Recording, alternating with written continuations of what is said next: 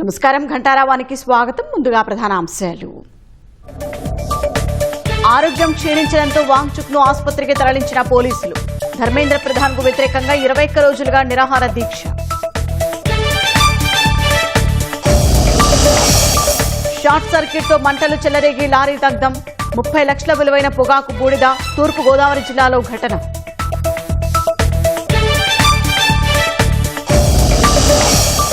ధర్మవరం పుట్టపర్తి మీదుగా బుల్లెట్ రైలు నడపండి. అలైన్మెంట్ లో మార్పులు కోరిన రాష్ట్ర ప్రభుత్వం.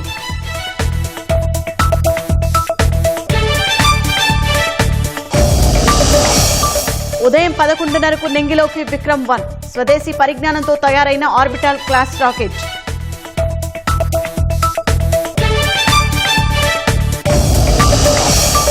కాల్పుల విరమణ ఒప్పందాన్ని ఉల్లంఘించిన ఇజ్రాయెల్. గాజాలో డ్రోన్ దాడులు, 12 మంది మృతి.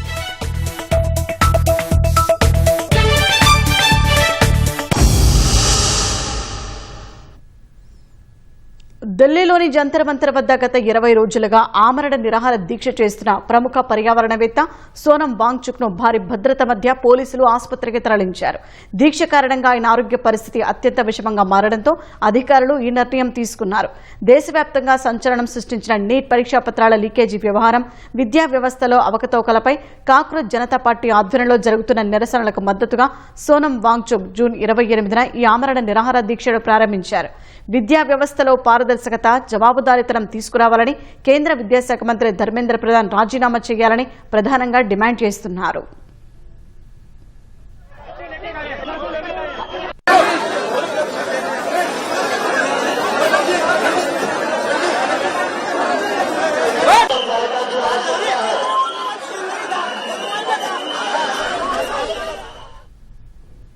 గత 20 రోజులుగా కేవలం నీరు మాత్రమే తీసుకుంటూ దీక్ష చేస్తుండటంతో వాంగ్చుక్ దాదాపు 9 కిలోల బరువు కోల్పోయి అత్యంత బలహీనంగా మారారు. ఆయన కనీసం మాట్లాడలేని స్థితికి చేరుకున్నారని, శరీరంలో కొవ్వు, కండరాలు కరిగిపోతూ కీలక అవయవాలపై తీవ్ర ప్రభావం పడే దశకు చేరుకున్నారని వైద్యులు హెచ్చరించారు. తన శరీరంలో 20% మేర బరువు కోల్పోయారని స్వయంగా వాంగ్చుక్ తెలిపారు. వాంగ్చుక్ ఆరోగ్యంపై దాఖలైన ప్రజా ప్రయోజన వ్యాజ్యంపై విచారణ జరిపిన ఢిల్లీ హైకోర్టు ప్రతి పౌరుడి ప్రాణం విలువైందని పేర్కొంటూ ఆయనకు ప్రతిరోజు వైద్య పరీక్షలు నిర్వహించాలని, అవసరమైనప్పుడు తక్షణమే వైద్య సహాయం అందించాలని కేంద్రాన్ని, అధికారులను ఆదేశించింది. దీక్ష విరమించాలని రాజకీయ నాయకులు, పౌర సంఘాలు కోరినప్పటికీ విద్యార్థులకు న్యాయం జరిగే వరకు తాను ప్రాణాలు వదిలేందుకైనా సిద్దమేనని, దీక్ష విరమించేది లేదని ఆయన స్పష్టం చేశారు. చివరికి ఆయన ప్రాణాలకు ముప్పు వాటిల్లే ప్రమాదమున్న నేపథ్యంలో హైకోర్టు ఆదేశాల మేరకు మెరుగైన వైద్యం అందించడం కోసం పోలీసులు ఆయనను జంతర్ మంతర్ నుంచి ఆసుపత్రికి తరలించారు.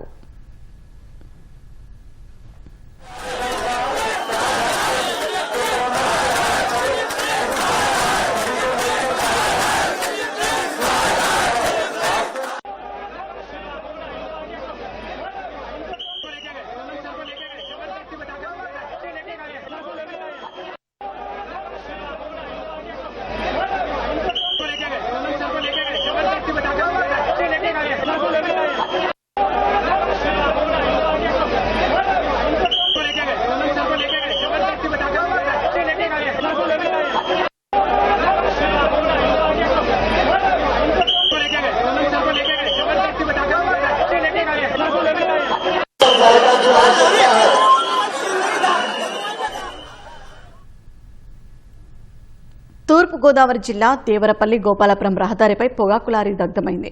గోపాలపురం పొగాకు బోర్డు నుంచి అనపర్తి గోదాముకు పొగాకును తరలిస్తుండగా తెల్లవారుజామున 4 గంటల సమయంలో అవంతి ఫ్యాక్టరీ సమీపంలోకి వచ్చేసరికి లారీలో మంటలు చెలరేగాయి. షార్ట్ సర్క్యూట్ కారణంగా వాహనం మొత్తం కాలిపోయింది. లారీలో ఉన్న 30 లక్షల విలువైన పొగాకు బూడిదయింది. మంటలను గమనించిన డ్రైవర్ లారీ నుంచి దూకి ప్రాణాలతో బయటపడ్డాడు. సమాచారం అందుకున్న ఫైర్ సిబ్బంది ఘటనా స్థలానికి చేరుకుని మంటలను అదుపు చేశారు.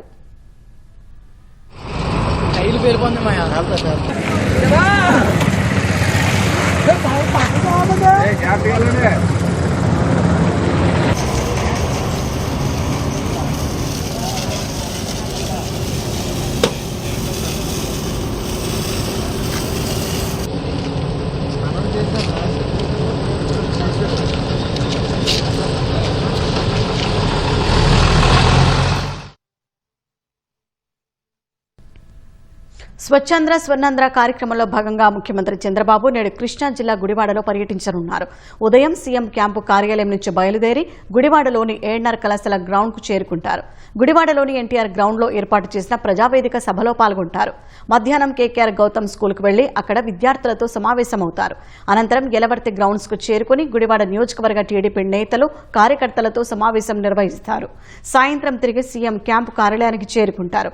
సీఎం పర్యటన ఏర్పాట్లను మంత్రి కొల్లు రవీంద్ర, ఎమ్మెల్యే వెనిగండ్ల రాముతో పాటు అధికారులు పరిశీలించారు.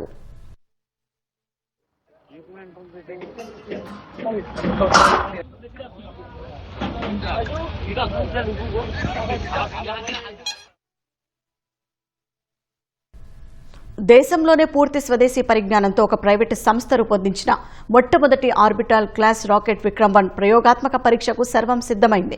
ప్రముఖ space tech startup Skyroot aerospace ప్రతిష్టాత్మకంగా రూపొందించిన రాకెట్ శ్రీహరికోటలోని సతీష్ ధావన్ అంతరిక్ష కేంద్రం మొదటి ప్రయోగ వేదిక నుంచి ఇవాళ ఉదయం 11:30కు నింగిలోకి దూసుకెళ్లనుంది. మిషన్ ఆగమన్ పేరిట జరుగుతున్న ఈ ప్రయోగంపై దేశవ్యాప్తంగా ఉత్కంఠ నెలకొంది. ప్రధాని మోదీ స్వయంగా తన చేతిరాతతో వందే మాతరం అని రాసి పంపిన ప్రత్యేక పోస్ట్ కార్డును ఈ రాకెట్ అంతరిక్షంలోకి తీసుకెళ్లనుంది. దీనితో పాటు మాజీ ఇస్రో చైర్మన్లు, భారతీయ వ్యోమగాములు, పెట్టుబడిదారులు, శాస్త్రవేత్తలు ఈ మిషన్ సక్సెస్ కావాలని ఆకాంక్షిస్తూ పంపిన డజన్ల కొద్దీ చేతిరాత పోస్ట్ కార్డులను కూడా రాకెట్లోని ప్రత్యేక పేలోడ్ బాక్స్ లో భద్రపరిచారు. అంతరిక్ష రంగంలో దేశ అభివృద్ధికి దోహదపడిన మహనీయులను గౌరవించడమే దీని ముఖ్య ఉద్దేశమని స్కైరూట్ ఏరోస్పేస్ తెలిపింది. ఈ ప్రయోగంలో సాంకేతికతతో పాటు అద్భుతమైన కళాఖండాలు కూడా రోదసిలోకి అడుగుపెడుతున్నాయి. ప్రఖ్యాత సూక్ష్మ కళాకారుడు అజయ్ కుమార్ మఠేవాడ 18 క్యారెట్ల బంగారంతో రూపొందించిన ఒక చిన్న రాకెట్ ప్రతిరూపాన్ని కూడా ఈ పేలోడ్లో పంపుతున్నారు. బియ్యం గింజ కంటే చిన్నగా ఉండే ఈ చిన్ని బంగారు రాకెట్పై భారతదేశ కీర్తి కిరీటాలైన sir CV Raman, Vikram Sarabhai, APJ Abdul కలాంల సూక్ష్మ రూపాలను ఆయన చెక్కారు. వీటితో పాటు కాస్మో డైమండ్స్ సంస్థ రూపొందించిన కాస్మిక్ బ్లూమ్ అనే అద్భుతమైన ఆర్ట్ వర్క్ కూడా అంతరిక్షంలోకి ప్రయాణించనుంది.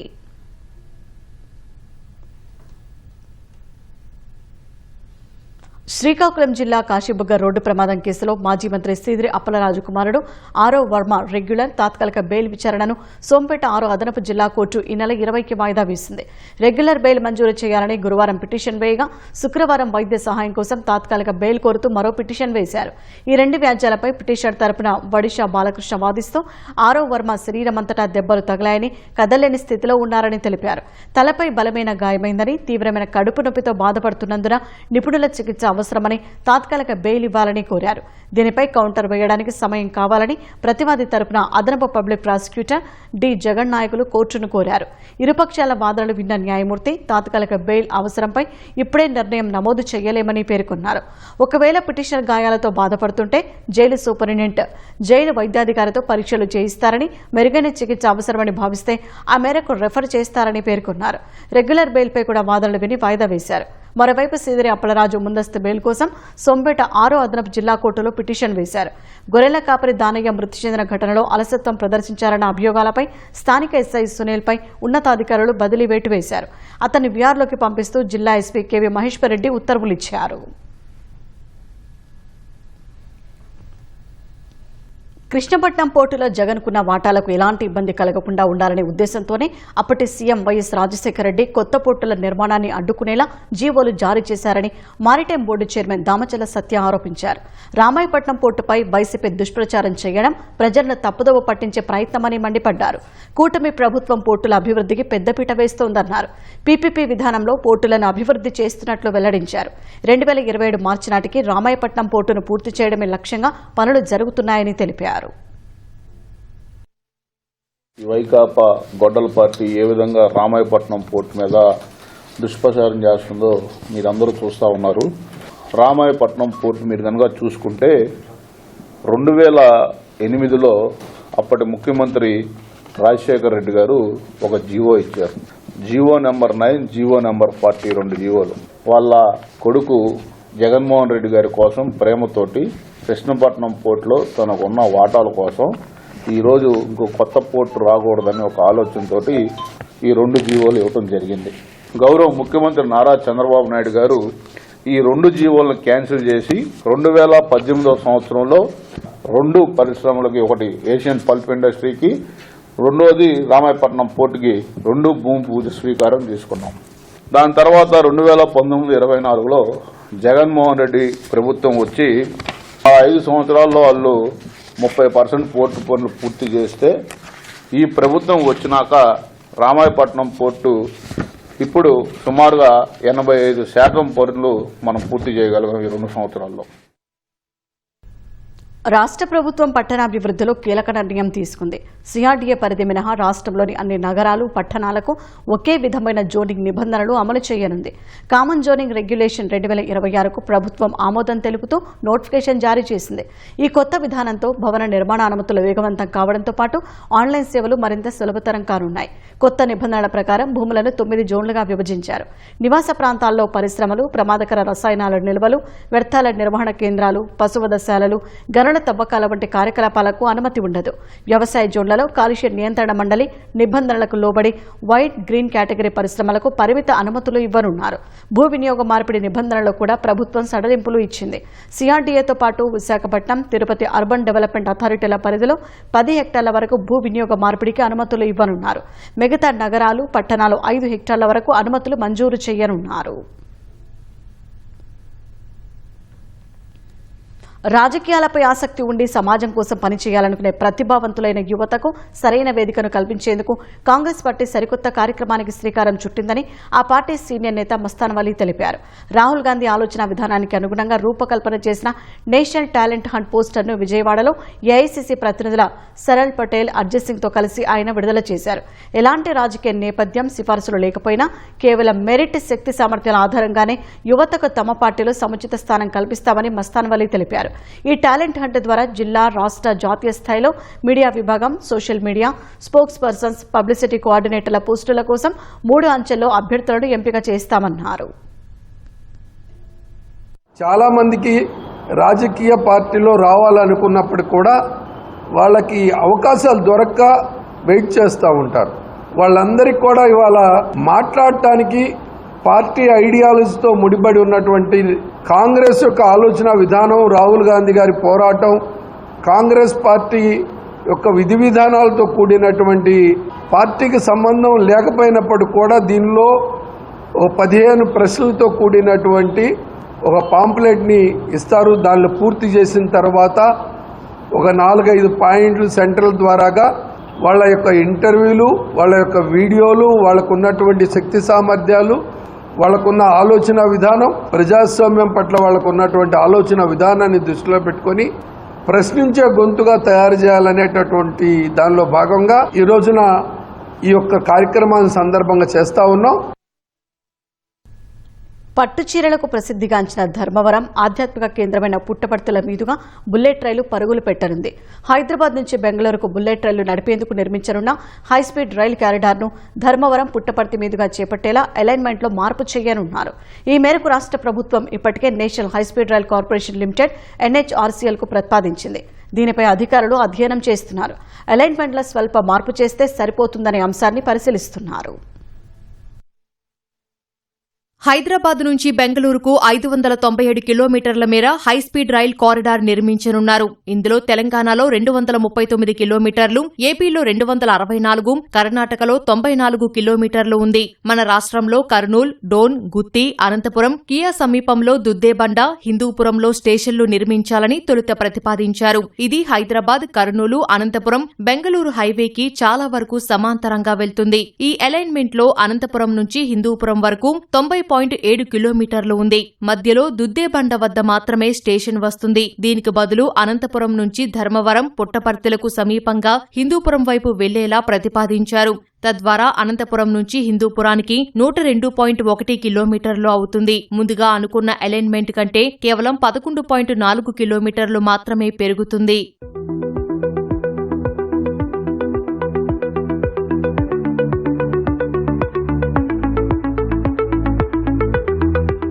గతంలో అనుకున్న అలైన్మెంట్లో అనంతపురం, హిందూపురం మధ్య దుద్దేబండ వద్ద మాత్రమే స్టేషన్ వస్తుంది. అది కియా పరిశ్రమకు వచ్చేవారికి ఉపయోగపడుతుంది. దానికి బదులు కొత్త అలైన్మెంట్లో ధర్మవరం, పుట్టపర్తి మీదుగా కారిడార్ నిర్మించి ఈ 2 చోట్ల స్టేషన్లు నిర్మిస్తే అనేక ప్రయోజనాలు కలగనున్నాయి. ముఖ్యంగా పుట్టపర్తికి దేశంలోని వివిధ రాష్ట్రాల నుంచి వచ్చే భక్తులు, విదేశీ భక్తులు అటు బెంగళూరు, ఇటు హైదరాబాద్ వైపు నుంచి సులభంగా చేరుకునేందుకు వీలుంటుంది. పుట్టపర్తి సమీపంలో యుద్ధ విమానాల తయారీ ప్రాజెక్టు ప్రాజెక్టు ఏర్పాటవుతుండగా మరికొన్ని ప్రాజెక్టులు రానున్నాయి. ధర్మవరం, పుట్టపర్తి సమీప ప్రాంతాల ప్రజలకు బుల్లెట్ రైల్ సదుపాయం అందుబాటులోకి వచ్చినట్లు అవుతుంది. కియా పరిశ్రమ ప్రాంతం నుంచి 20 కిలోమీటర్ల దూరంలోనే పుట్టపర్తి వద్ద హైస్పీడ్ రైల్వే స్టేషన్ ఉంటుంది. వీటన్నింటినీ దృష్టిలో పెట్టుకుని ప్రభుత్వం అలైన్మెంట్లో మార్పు కోరింది.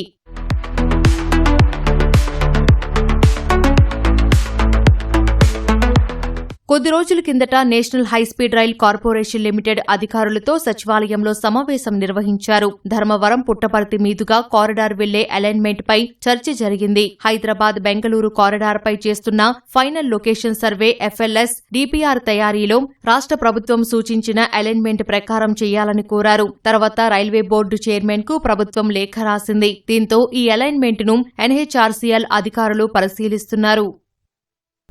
వర్షం కోసం అనంతపురం జిల్లా కళ్యాణదుర్గం మండలం కుర్లపల్లి గ్రామస్తులు గాడిదలకు పెళ్లి చేశారు. వాన పడాలని వరుణుని వేడుకుంటూ గాడిదలకు సంప్రదాయబద్ధంగా పెళ్లి చేసి డోలు, సన్నాయిలతో గ్రామంలో ఊరేగింపు నిర్వహించారు. అనంతరం ఆంజనేయ స్వామికి ప్రత్యేక పూజలు చేశారు. గాడిదలకు పెళ్లి చేయడం వల్ల వర్షాలు కురుస్తాయని నమ్ముతామని గ్రామస్తులు తెలిపారు.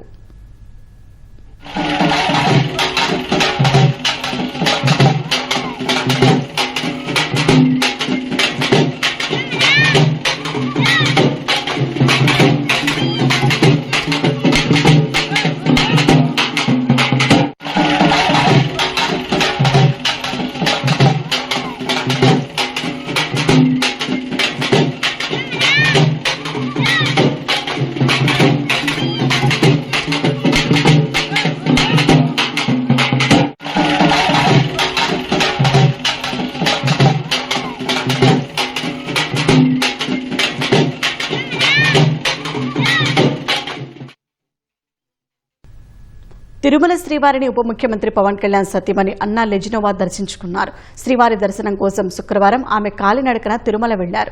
అలిపిరి మెట్లన్నీ ఎక్కి చివరి మెట్టు వద్ద కొబ్బరికాయలు కొట్టి మొక్కులు చెల్లించుకున్నారు. లెజినోవా వేకువజామున శ్రీవారి సుప్రభాత సేవలో పాల్గొన్నారు. రంగనాయకుల మండపంలో పండితులు లెజినోవాకు ఆశీర్వచనం చేసి స్వామివారి తీర్థ ప్రసాదాలు అందజేశారు. ఆ తర్వాత అఖిలాండ వద్ద స్వామివారికి కొబ్బరికాయలు, కర్పూర హారతులు సమర్పించారు. బేడి ఆంజనేయ స్వామిని దర్శించుకుని తిరుగుపయనమయ్యారు. ఇటీవల పవన్ భుజానికి శస్త్రచికిత్స విజయవంతం కావడంతో మొక్కులు చెల్లించుకున్నారు.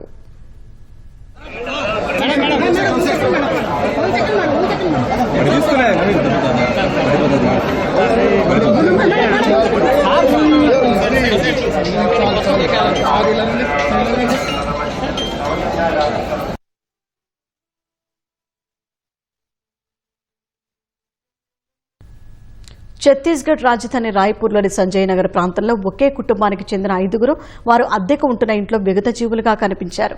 ఈ ఘటన స్థానికంగా తీవ్ర కలకలం రేపింది.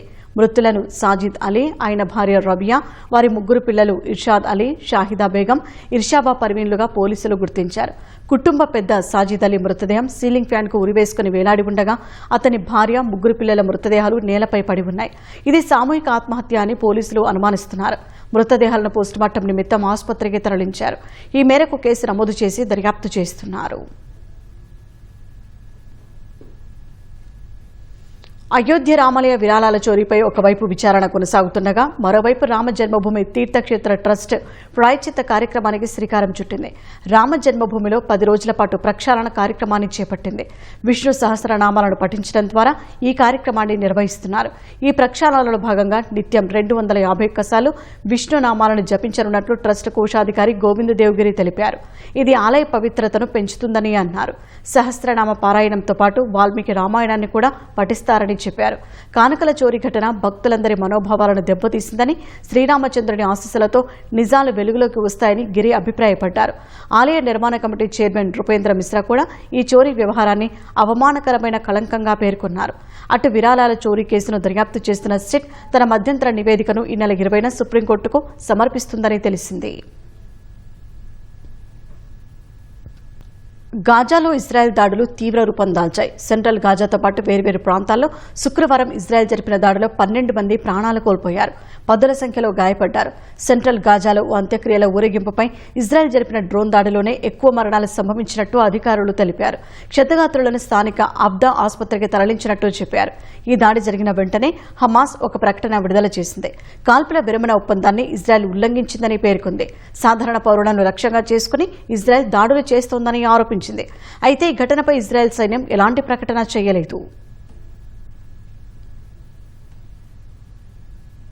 పెరూలో ఘోర రోడ్డు ప్రమాదం జరిగింది. కాజా మార్కా ప్రాంతంలో మినీ బస్సు అదుపు తప్పి లోయలో పడటంతో సుమారు 14 మంది ప్రయాణికులు మృతి చెందారు, మరో 5గురు గాయపడ్డారు. సమాచారం అందుకున్న పోలీసులు, అగ్నిమాపక సిబ్బంది హుటాహుటిన ఘటనాస్థలికి చేరుకున్నారు. బస్సు సుమారు 650 అడుగుల లోతులో పడిపోవడంతో సహాయక చర్యలకు తీవ్ర అంతరాయం ఏర్పడింది. రెస్క్యూ బృందాలు తాళ్ల సాయంతో కిందకు దిగి క్షతగాత్రులను పైకి తీసుకొచ్చారు. అనంతరం వారిని ఆసుపత్రికి తరలించారు. ప్రమాదానికి గల కారణాలు తెలియాల్సి ఉందని పోలీసులు వెల్లడించారు. ఏఐని ఒక్కో దేశం వేరువేరుగా అభివృద్ధి చేయడం కంటే ప్రపంచ దేశాలన్నీ కలిసి సమిష్టిగా అభివృద్ధి చేస్తే ఇంకా ఉత్తమ ఫలితాలు సాధించవచ్చని చైనా అధ్యక్షుడు జిన్పింగ్ తెలిపారు. షాంఘైలో జరుగుతున్న వరల్డ్ ఆర్టిఫిషియల్ ఇంటెలిజెన్స్ కాన్ఫరెన్స్ 2026 ప్రారంభోత్సవంలో ఆయన ప్రసంగించారు. ఆర్టిఫిషియల్ ఇంటెలిజెన్స్ ఊహించని వేగంతో దూసుకుపోతోందని, అయితే ఈ సాంకేతికత సమాజానికి సానుకూలంగా మానవాళి శ్రేయస్సుకు ఉపయోగపడేలా చూసుకోవాలని జిన్పింగ్ పిలుపునిచ్చారు. ఆలోచించే యంత్రాలతో మానవుడు ఎలా కలిసి నడవాలి, నిర్ణయాధికారాల్లో ఆల్గరిథమ్స్ భాగమైనప్పుడు భద్రతను ఎలా కాపాడాలనే ప్రశ్నలకు ప్రపంచ దేశాలు ఆలోచించి సమాధానాలు వెతకాల్సిన సమయం ఆసన్నమైందని పేర్కొన్నారు. ప్రపంచ దేశాల మధ్య డిజిటల్ వ్యత్యాసాలు పెరుగుతున్నప్పుడు ఏఐ ఫలాలను అందరికీ ఎలా చేర్చాలో సమాలోచనలు జరగాలన్నారు. ఏఐని ప్రోత్సహించేందుకు అభివృద్ధి చెందుతున్న దేశాలకు చైనా పూర్తి సహకారాన్ని అందిస్తుందని జిన్పింగ్ అన్నారు. రానున్న 5 ఏళ్లలో 5,000 రీసెర్చ్ ప్రాజెక్టులతో పాటు శిక్షణ, సదస్సులు, కోఆపరేషన్ సెంటర్లను ఏర్పాటు చేయనున్నట్లు వెల్లడించారు.